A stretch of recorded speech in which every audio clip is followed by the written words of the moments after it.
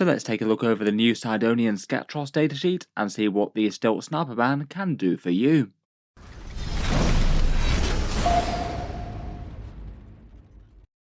Hello and welcome back to Auspex Tactics, where today we're talking admech.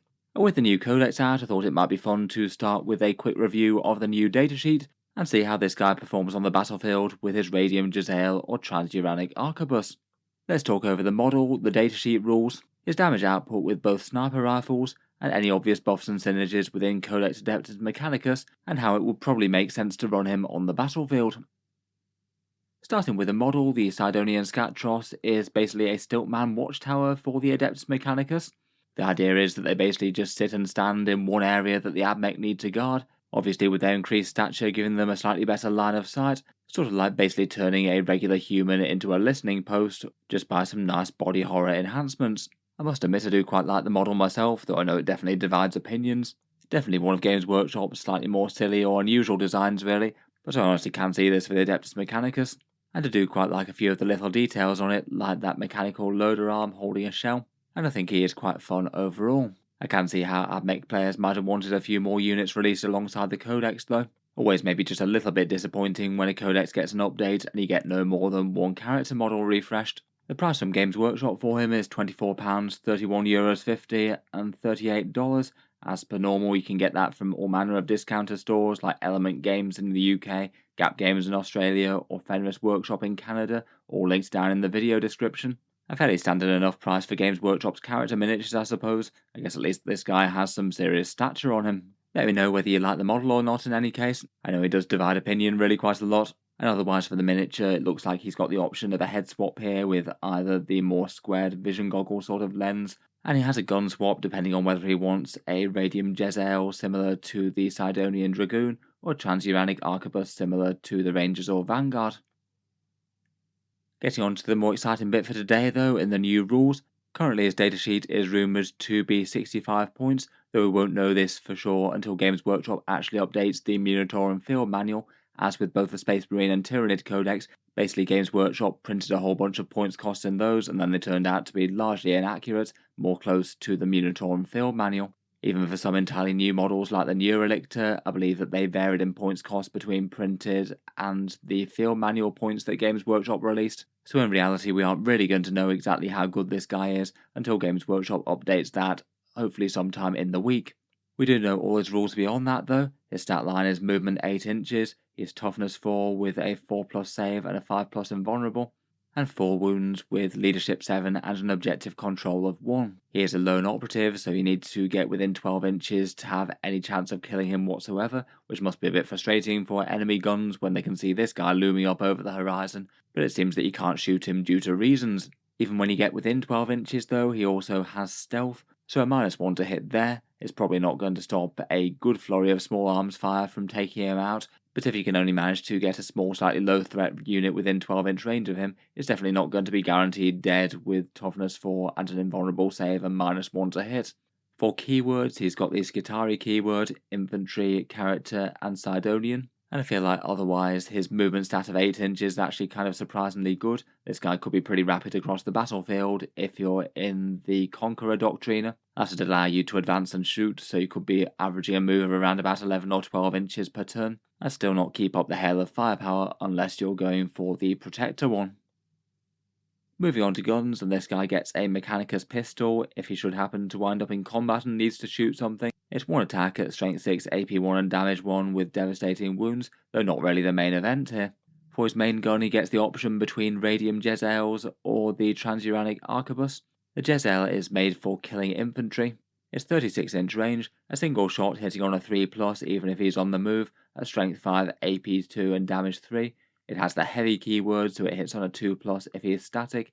It's precision for sniping characters, and also gets anti-infantry 3+. Hit a kill and eye rule is basically a direct weapon upgrade as well that really just hones him in on being good against one target depending on the weapon choice. If he's equipped with the Radium Giselle, then you get to reroll wounds against infantry, or if you're equipped with the Transuranic Arquebus, he gets to reroll wounds against monsters and vehicles.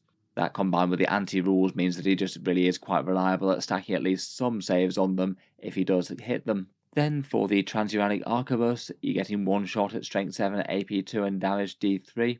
That'll still wound most infantry on a 3+, but you only get D3 damage, not 3. And instead of the anti-infantry keyword and the rerolls, you get a anti-monster and anti-vehicle 4+ rule and rerolling wound rolls against those targets. For a little damage comparison, here's just the rough average wounds dealt against a whole bunch of targets, and these are the damage profiles if he is static. Basically, the broad trend is that, as you'd expect, the Jezzail is indeed better against infantry between the anti-infantry and the rerolls, and the Transuranic Arquebus outcompetes against vehicles slightly, particularly anything that's toughness 10 or higher. Still though, the average wounds dealt just really isn't very impressive against any targets here, accounting for chances of misses or saves being passed. Then turn on turn you only average say 1 wound against an intercessor squad, and that's not really particularly impressive for something like a 65-point character. I feel like out of the two weapons you'd probably be better off with the Radium Jezzail, as actually that is a bit more threatening for actually having the chance to remove support characters with the big damage 3, whereas the Transuranic Arquebus just seems universally kind of underwhelming against anything, either infantry or vehicle. Sure, it can definitely threaten everything, but even with anti-vehicle and anti-monster 4+, and the rerolls, it's not good damage output against them, averaging less than 1 wound per turn even against lower save vehicles out in the open with no cover. I feel like for damage output, the only place that he's really anywhere near efficient against is trying to snipe infantry characters, so may as well give him the best chance to do that with the Jezzail. If he can either coordinate with other snipers or pick on a character with either low wounds or an already existing injury, then that could be genuinely quite impactful for the game and make your opponent think about whether they can afford to expose them. Finally, for supporting special rules, it gets melee with its Sydonian feat. Being kicked by these stilts gets you 3 attacks at weapon skill 4+, strength 3, AP 0, damage 1. Not exactly a melee powerhouse there. He can't be nominated as your warlord, as I guess he's more of a support character, though it doesn't say anything about not being given enhancements, so I guess they could be fair game. And he also has a Dread Sniper special rule, meaning that one unit hit must take a Battle Shock test, usually going to be kind of irrelevant when it happens in your own turn versus, say, in the enemy command phase or something. But occasionally that could be helpful for, say, trying to secure a secondary objective that gets scored at the end of your turn rather than in the enemy command phase. Overall, for the unit's role, I'd say that his damage output just isn't really going to be that standout. You're not going to take this guy as a mainline damage dealer unless he is ridiculously cheap. And before he got to the point where he'd be good as a damage dealer, I think he'd already be good as a lone operative if Games Workshop did give him a very low points cost. I guess he should be able to reliably inflict damage for several turns, so I suppose if the opponent had some absolutely optimal characters for him to gun down, that could be helpful enough though. Otherwise though, cheap lone operatives do tend to be kind of great in Warhammer 40k, and often make it into army lists even if they're not really bringing all that much else to the table. And particularly fairly fast ones that will be moving somewhere between 9 and 14 inches or so if they advance. On a primary objective, you could guarantee that he couldn't be shot off that point unless the enemy managed to get within 12 inches, which could be kind of big. Or you could potentially put him in strategic reserve or just on the flanks of the army and try and get him in a good position to do secondary objectives as a pop-up threat that the opponent might have to move and reposition to have to deal with. I'd say when we do know the eventual points cost for this guy, the main questions will be how he compares with the Vindicare per point. He feels like a similar sort of sniper proposition in a cheapish lone operative, and also whether he's going to be worth it for a utility type rule compared with the other admech utility units that do have several cheap fast moving things like Taraxi and Cerberus and friends, and you might be tempted to use one of those instead. Otherwise, for buffs and synergies, I wouldn't say that there's an enormous amount going for this guy. He does get Doctrine and Imperatives, which will be more relevant for the assault keyword than the heavy, seeing as he's already got that. Faster movement is nice for lines of sight or doing secondary type things, and I guess extra AP against things in the enemy deployment zone could be handy enough depending on where his target is. Otherwise, I feel like he's just not a unit that really wants all that much support. It's going to be a low-cost unit that doesn't have enormous damage output. I guess for stratagems you could maybe think about things like just maybe re-rolling a hit roll of 1 if he's hitting on a 2+ perhaps, and if he does have a genuine chance to offer important enemy character that turn. But otherwise I'd probably keep CP investment minimal.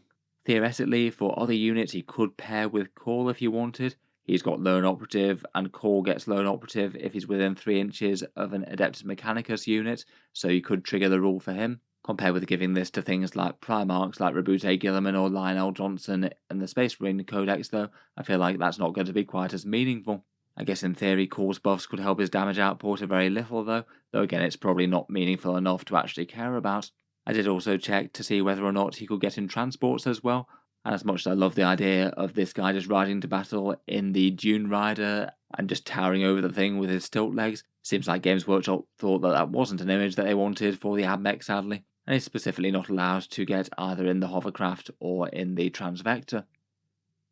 Otherwise, for detachment buffs for him, it's fairly minimal. Besides the Skitarii Hunter cohort, not that much does much for him, I think. And even for the Hunter cohort, the core rule isn't relevant as he has stealth already.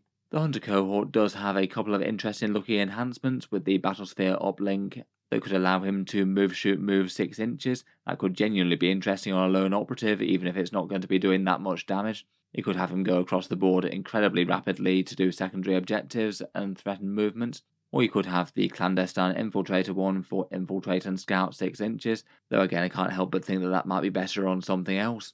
For stratagems, there's options for a return to Strategic Reserve for 1 CP, which could be handy if he'd turned up to do a secondary on the flank from Strategic Reserve, and a 5+ Feel No Pain reactive one. Again, I feel like they're most usually going to be used on other things, but in a pinch I could see them being useful on this guy, particularly if his survival on a key point was absolutely huge. Otherwise, the Explorator mana pool can give you reroll wounds of 1 against units on an objective. Again, sadly, usually not really going to be relevant given that he gets 2 reroll wound rolls against his preferred targets most of the time. And then otherwise, there's just not too much else. The cohort Cybernetica is basically just vehicle support, the Datasheet Conclave is all locked to Codex Mechanicus units, and the current reimagination of the Radzone Corps does have a few stratagems that could use on him, but I feel like ones that you'd rarely ever want to. When we do get his final points cost, I guess this guy's the competition. The Vindicare Assassin with his Extus rifle. I'm afraid this guy's just clearly the better sniper, full stop. A single shot hitting on a 2+ at Strength 7, AP 3 and Damage D3+3. Devastating wounds, ignores cover, heavy and precision. And of course he has that absolutely fearsome Extus round, the Shield Breaker round, just ignoring any saves of any sort once per game.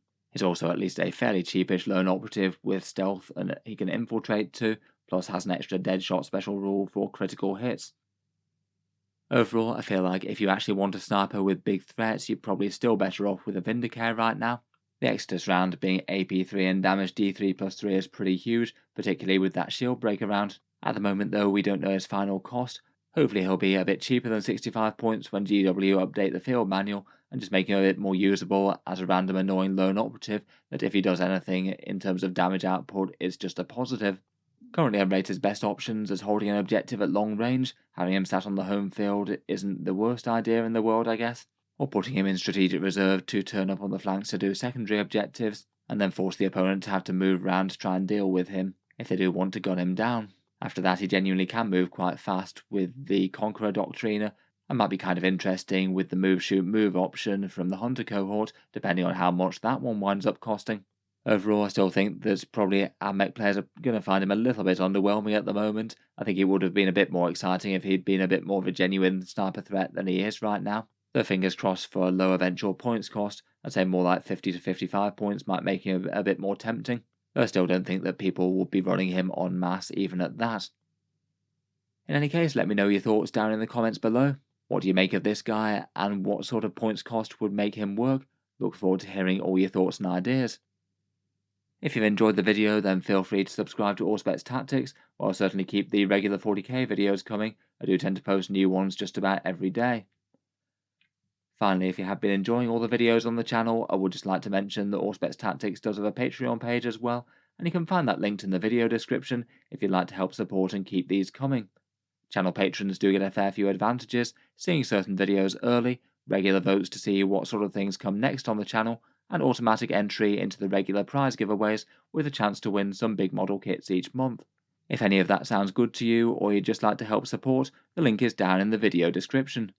In any case, a massive thank you for listening, and I'll hope to see you guys next time.